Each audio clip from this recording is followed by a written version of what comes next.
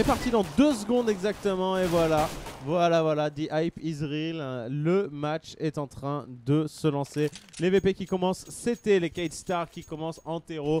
Et on va le savoir très très vite. Est-ce que les joueurs brésiliens vont pouvoir faire trembler le monstre Virtus Pro sur leur map, sur Mirage? Ils l'ont choisi en toute connaissance de cause.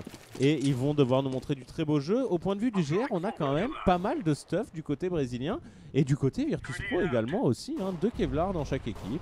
Donc on joue au stuff et on va en B. Et on va en B. Et en B, à la réception, il y a Snax. Snax qui est tout seul. Regardez, il y a Neo qui était parti rapidement au niveau du bon site A. Et finalement, il est en train de revenir. Et c'est Snax qui va devoir être confronté. Heureusement, il est rejoint par son collègue. Et ça va aller très très vite. Le premier échange de tir qui est à l'avantage des joueurs brésiliens. Neo qui profite de la smoke, qui va faire un premier kick, qui n'en fera pas un deuxième. Le backup est déjà présent. Pacha dans la kitchen qui est gentiment en train d'attendre ses copains.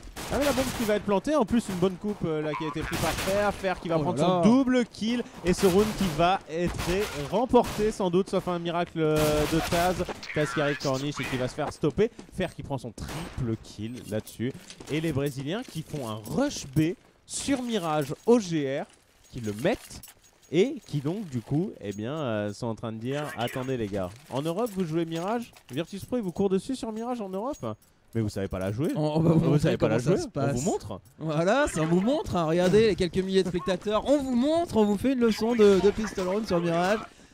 Et la réaction comme d'habitude maintenant, ce n'est même plus une surprise. Ça force buy, ça force le deuxième round parce qu'on se dit allez on va mettre Pacha qui n'a pas de scout, je me serais attendu à le voir avec un scout. Et finalement non, c'est Neo qui a dit non là je le sens bien, laissez-moi tranquille.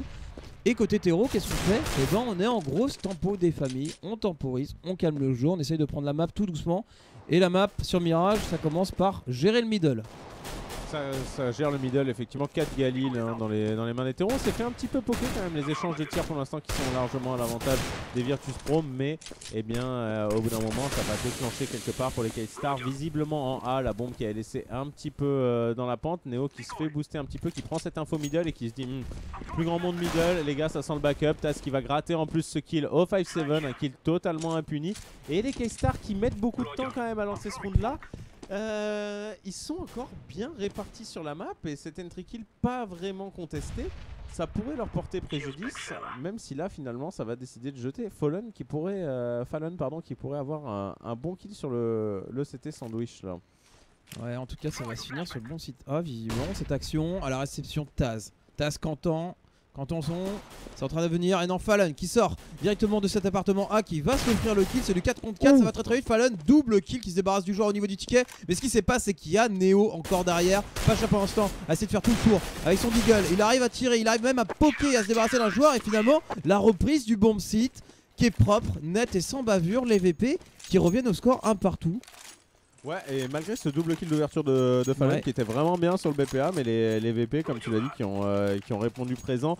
Pacha qui a off le spawn terreau, donc tranquillou, il a pu choper le kill derrière. Et voilà la réponse, la fierté polonaise directement.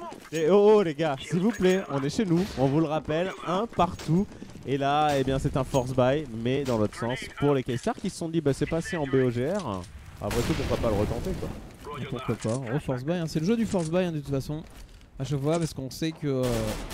alors qu'on a Snax qui tente le travers et qui a de la réussite, le petit Snax, parce qu'au même moment on avait Steve qui était posé derrière, la HE qui va tomber dans les petites patounes des joueurs terroristes qui vont tomber, et finalement le force buy qui sera vite calmé. On ne sortira pas de cet appartement B, on va y rester en haut et on va se débarrasser. Un seul joueur s'était tombé en plus pour ce force buy, donc vraiment là là-dessus on a des joueurs VP qui sont plutôt OP et qui mettent le mur et qui conservent leurs armes en plus. Et ça c'est important. Ils conservent beaucoup d'armes, comme tu l'as dit, un seul joueur tombé, Fallon qui était un petit peu en retrait, qui n'a pas pu inverser la tendance, même s'il poke plutôt pas mal. Et là du coup les K-Star qui n'ont pas planté la bombe, ils vont devoir partir sur une écho avec juste un petit peu de stuff P250, peut-être une fast A. On va voir ce que ça va donner. Non, non, enfin les K-Star qui jouent vraiment le B quoi. Et ça va être une rapide en plus, visiblement, vu qu'ils y vont tous.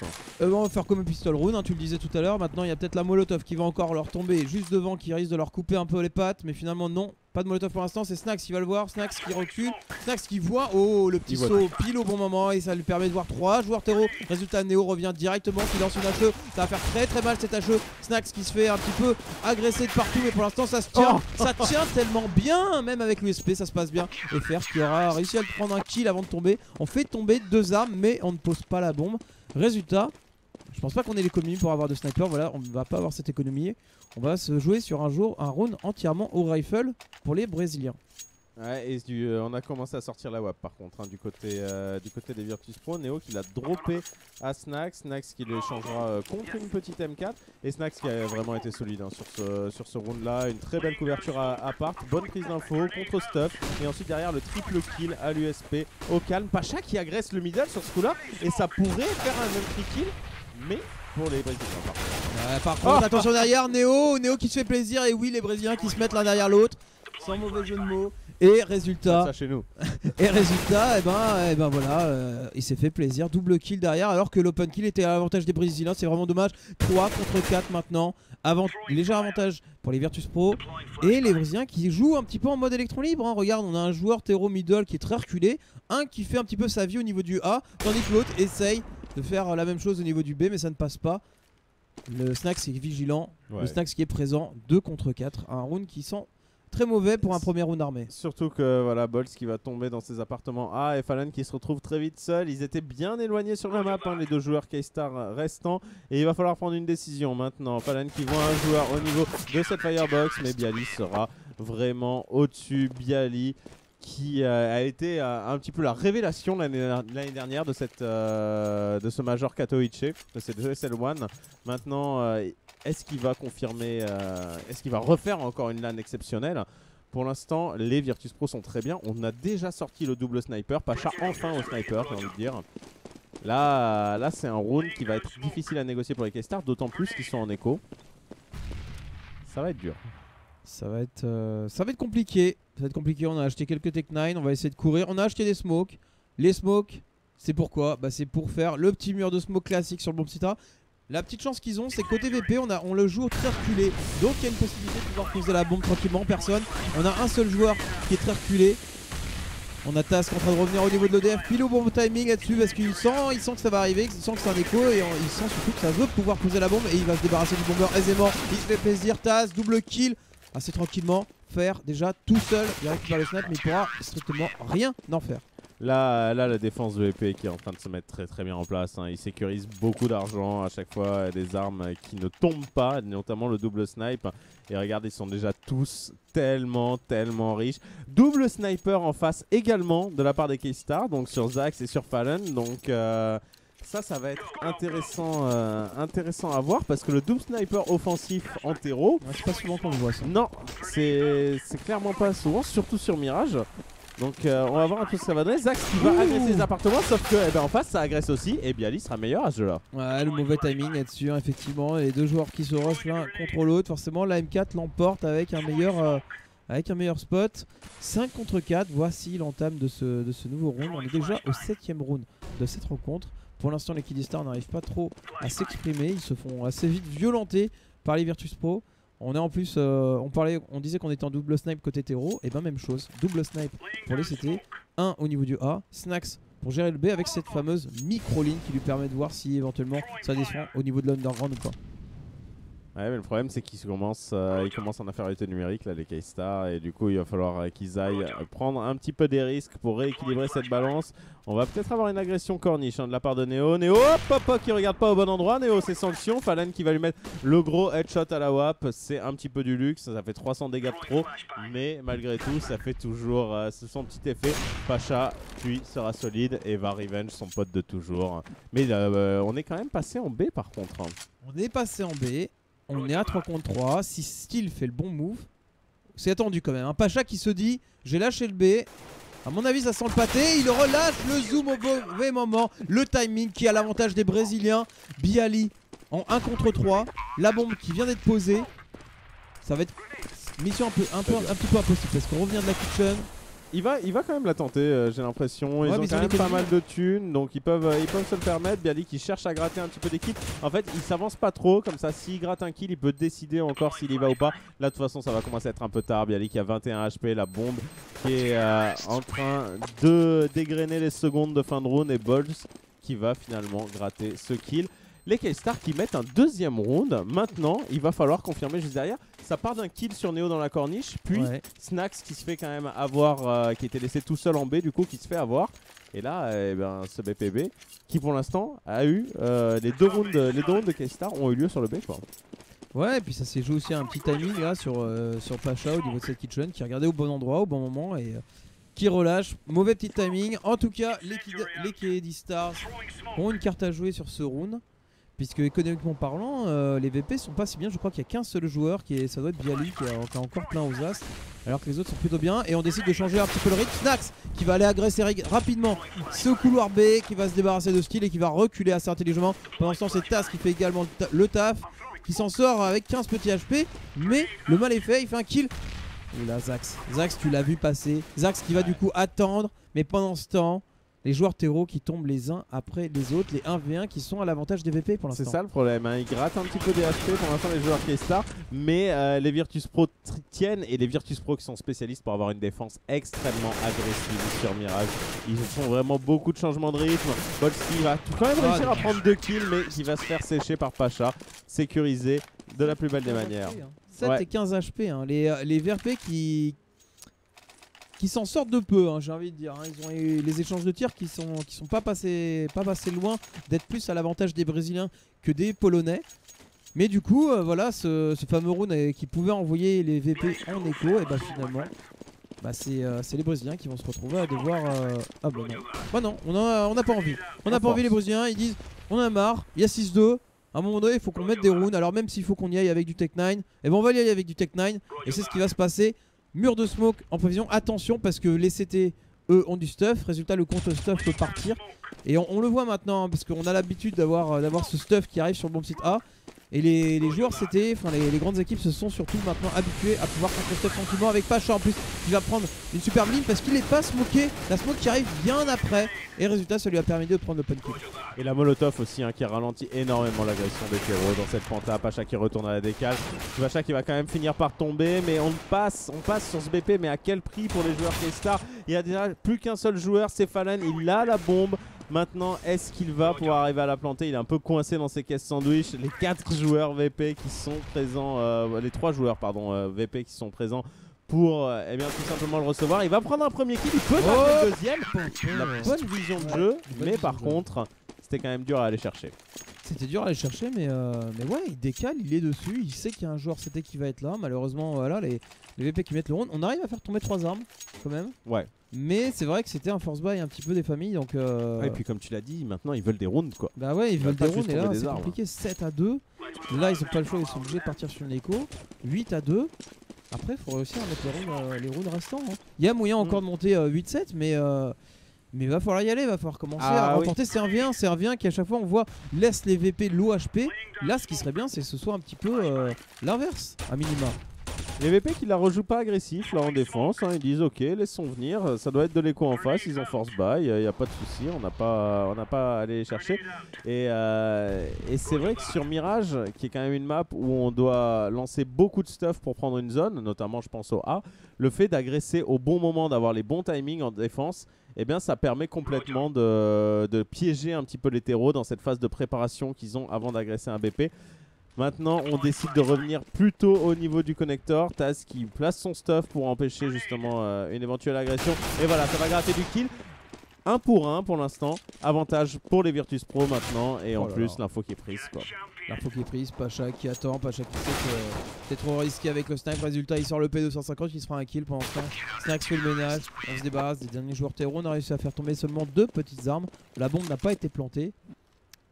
On va pas avoir assez d'économie pour pouvoir partir sur un sniper. Non. Mais j'ai pas l'impression que c'est aussi le style. Quoi qu'ils sont partis sur un double AWP tout à l'heure. Ouais, c'est Donc vrai. ils ont pas peur de partir sur des compos double snipe quand ils ont l'économie. Bah, Fallon est un très bon sniper, clairement. Zax également. C'est lui qui avait pris le deuxième sniper sur le round double snipe tout à l'heure.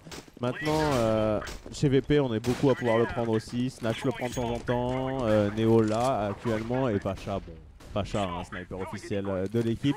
Donc c'est vrai que sur une map comme Mirage qui offre beaucoup de belles lignes, ça peut être intéressant d'avoir des snipers. Et là, ce n'est pas vraiment le cas d'Hétéro. On a l'air de vouloir se rediriger un petit peu dans le middle et de faire à nouveau une prise connector. On restuff justement dans ce pivot. Mais voilà, enfin, les contre-stuff des VP qui sont parfaits. Là. Ouais, l'open kill une fois de plus à l'avantage des Polonais. Fallon qui aimerait pouvoir passer un petit peu au niveau de cette kitchen, au niveau de cette corniche, mais voilà, il y a toujours ce collecteur qui n'est pas smoké, Pacha qui va en plus décaler. On est très mobile hein, sur la défense CT.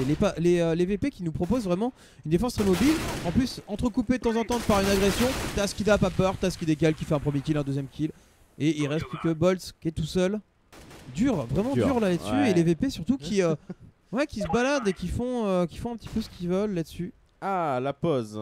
Ouais, la pause qui a été demandée. Alors, on sait pas trop pourquoi, mais il y a souvent des pauses dans les matchs Virtus Pro de toute façon. Ouais, mais ça me paraîtrait pas étonnant que ce soit les KD-Star qui demandent pour dire ok, au calme les gars, on en discute 2 minutes. Donc petite pause à venir.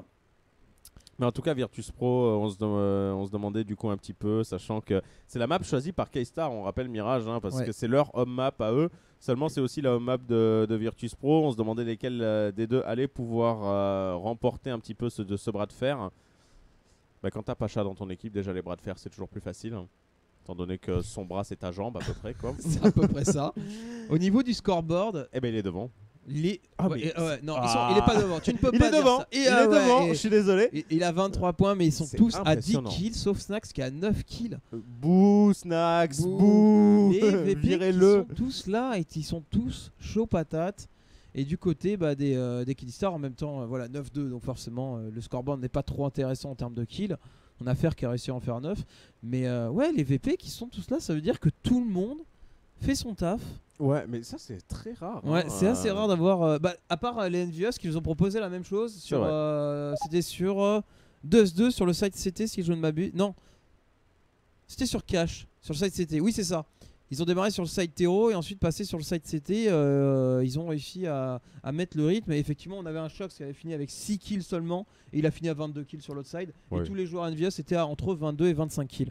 Donc ouais, c'est assez rare et ça fait plaisir quand ça arrive. En tout cas, la pause qui est enlevée, on est live et on est en écho.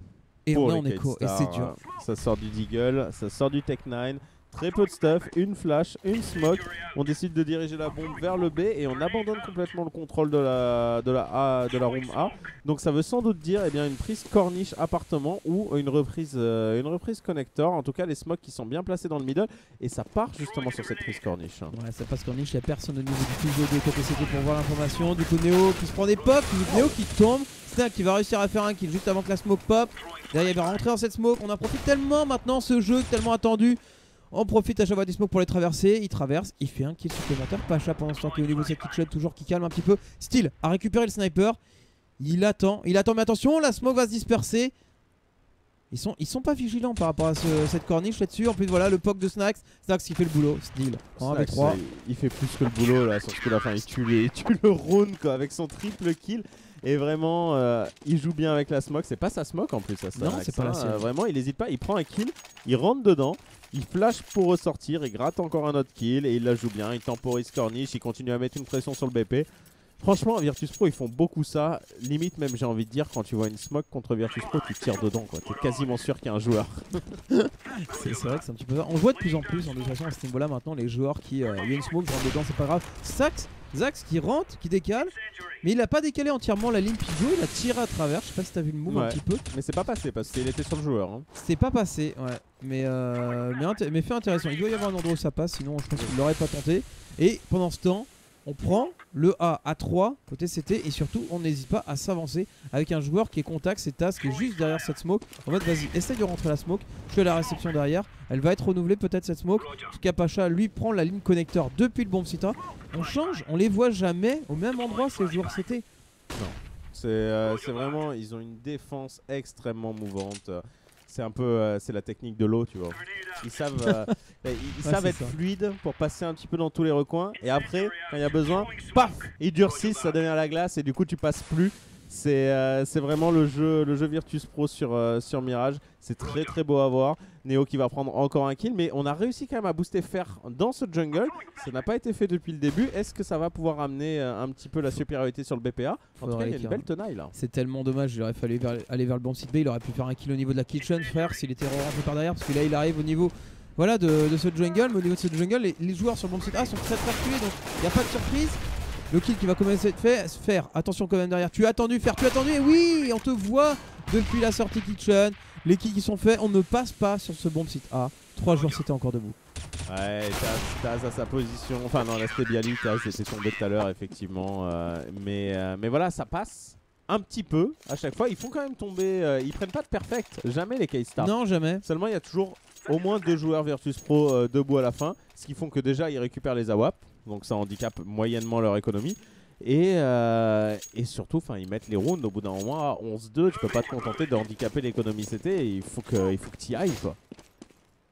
Il faut que tu y ailles. Mais là, ce qui est dommage sur la physionomie du round d'avant, c'est que le boost qui a été fait au niveau du Pigeot, finalement, le call aurait été sur le bomb site B. Et il aurait pu tellement beaucoup plus surprendre en arrivant par la kitchen qu'en arrivant sur le bomb site A où il y avait un joueur qui était très très loin. Et en plus, voilà, il se fait vite sanctionner derrière par le backup qui arrive du B. On part sur un force buy et on n'a pas le choix. Les K-Stars 11-2, c'est la cata. Wow, avec l'open kill qui va être fait par Bolt directement sur Bialy. C'est du 5 contre 4. On rentre sur le bomb site A, mais on y rentre sans stuff. On y rentre avec le skill. Et pour l'instant, ça se passe plutôt bien. Bah, ça se passe bien, effectivement. Là, c'est un des plus beaux rounds de K-Star depuis un bon moment maintenant. Snax qui va tenter la reprise. De toute façon, maintenant, ils ont de l'argent jusqu'à la fin de la partie. Pratiquement, Neo qui est en 1v4. Neo qui va arriver sur cette EDF. Il est repéré. Tellement de stuff qui viennent sur lui. Et on envoie un joueur le chercher. Ce sera Bolts. Finalement, K-Star qui arrive à mettre un 3ème round. Il faudrait arriver à mettre ce dernier parce que là, ça commence déjà à être grave. 11-3. Voilà, c'est compliqué pour une map qui est quand même assez équilibrée. 11-3, ça fait mal. Il y a moyen de mettre des gros side défense, mine de rien. Il y a moyen et il va falloir. Il va falloir. Là, n'auront pas le choix. Il va falloir ne pas louper le pistol round. Et puis il va falloir derrière assurer une défense de fer. Dernier round de ce side, comme tu viens de le dire. Zax avec son sniper vers le B. Ah, il prend la fameuse ligne qui est que côté CT on n'arrête pas de prendre. Est-ce que ça va être payant ou pas? Parce que le problème c'est qu'à chaque fois les VP changent de stratégie défensive. Du coup on n'a absolument pas la même chose qui est proposée. Du coup si ça se trouve il va pas avoir de réussite. Le CT va pas s'avancer. Résultat il n'y aura pas moyen de prendre un open kill assez gratuitement. Les 3 autres joueurs sont en bas de la pente A, prêts à bondir sur le bomb site A. Ah mais ils attendent, je pense qu'ils attendent que ce soit Fallen qui arrive dans le middle un petit peu. Enfin ils vont mettre un peu de pression sur la penta pour permettre à Fallen de s'avancer. Mais en tout cas il faut prendre à la fois le middle et la penta, sinon ils vont s'écraser. Il n'y a plus qu'un seul sniper du côté des Virtus Pro. Neo qui l'a gardé, Pacha qui n'a pas pu racheter. Beaucoup de stuff qui part en A. Et la bombe qui hésite et qui décide de backup vers le B. Il reste 50... Non, est-ce qu'il backup ou pas? Regarde, ils hésitent beaucoup, hein. Ils ont gâché beaucoup de stuff déjà les joueurs K-Star. Et honnêtement ça va leur manquer pour prendre un VP là. Bah complètement, c'est vrai que tu lances ton stuff, derrière t'en fais rien. Et du coup au bout d'un moment t'as plus de stuff et il faut y aller avec le skill uniquement. Pacha qui fait l'open kill, 5-4, avantage une fois de plus au Virtus Pro. Fallen qui essaie de décaler, mauvais timing. Pacha qui arrive pile au même moment dans le Pigeot. La molotov de fer qui va peut-être lui permettre de passer au niveau de ce connecteur. Pendant ce temps les autres joueurs terreau essayent de passer. On sort au niveau de la penta. On va sur le bomb site. Il s'agit de poser la bombe maintenant. Et on n'y arrive pas. On n'y arrive pas parce que Bialy est vigilant depuis le city spawn. Il fait un premier kill. 1 contre 3 Bolt. J'allais dire les 3 joueurs en face sont low HP. Il y a peut-être moyen de créer l'exploit. Malheureusement non. Non, on n'entendait pas de cette oreille du côté des Virtus Pro. Et 12-3, c'est un très très très beau side de défense de la part des Polonais. Chez eux, à Katowice, les K-Stars qui ont choisi cette map et qui vont devoir passer sur le side, c'était l'easy side, entre guillemets. De toute façon, qu'il soit easy ou pas, eh bien, ils n'auront pas le choix. Il faut qu'ils arrivent à mettre beaucoup de rounds très rapidement et peut-être espérer revenir. C'est toujours pas impossible de faire un comeback, honnêtement. C'est quand même bien CT, donc pourquoi pas. Ils ont les snipers. Ils ont maintenant Zach il faut. est passé à côté de son match quand même. Ouais, un peu. Il a 2 kills. Ouais. 2 petits kills. Style aussi. Style en a 4, mais Zach, c'est vraiment flagrant là. Même pas d'assist, rien. Donc vraiment un joueur qui est passé complètement à côté de ce premier side. Le réveil est possible, hein, il va le falloir pour cette équipe KD-Star pour essayer de s'imposer sur le side CT. Je vois un petit peu les tweets là qui étaient plus à l'avantage de Virtus Pro, c'est sûr, Oui. forcément. Ouais, là c'est dommage, vraiment les KD-Star qui n'ont pas réussi à évoluer comme ils auraient aimé le faire sur le T-side. 12-3. 3 petits rounds seulement, ça va se passer dès le pistol round, personne. Ah bah là, oui, le pistol round. De toute façon, déjà le pistol round est extrêmement important sur CSGO en règle générale. Mais quand vous prenez 12-3, généralement, il monte encore un petit peu d'un niveau dans l'échelle de l'importance et il devient indispensable. Je suis curieux quand même de voir comment ils vont s'en sortir. Je me demande si les Virtus Pro vont la jouer rapide, quoi. Honnêtement, les K-Star qui l'ont joué rapide pour surprendre un petit peu sur le GR, c'est bien passé.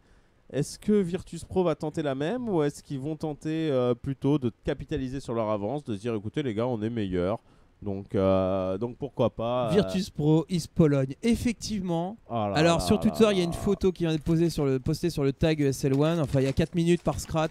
Qui est sur place. La salle est pleine à ras-bord, mais plus à ras-bord que ça, tu ne peux pas. Il n'y a même plus la moindre place pour s'asseoir par terre ou être debout dans un coin de la salle. C'est vraiment l'événement pour les Polonais. Ah bah ça, enfin les Polonais, il y a toute une nation derrière Virtus Pro. C'est des légendes vivantes dans leur pays. Hein. Clairement, les Neo, les Pacha, Taz, c'est des joueurs emblématiques et tout le monde les connaît en Pologne. Le GR qui a été lancé, les K-Star qui ont fait une énorme agression middle et appart B. Donc ils mettent une pression assez importante et qui arrivent déjà à gratter ce premier kill. Maintenant les Virtus Pro du coup qui ont compris le truc et qui se disent ok, si vous rushez le middle et si vous rushez le B, ça veut dire qu'il y a quasiment personne en A et qu'on va pouvoir tenter de le prendre. Et c'est ce qu'ils font.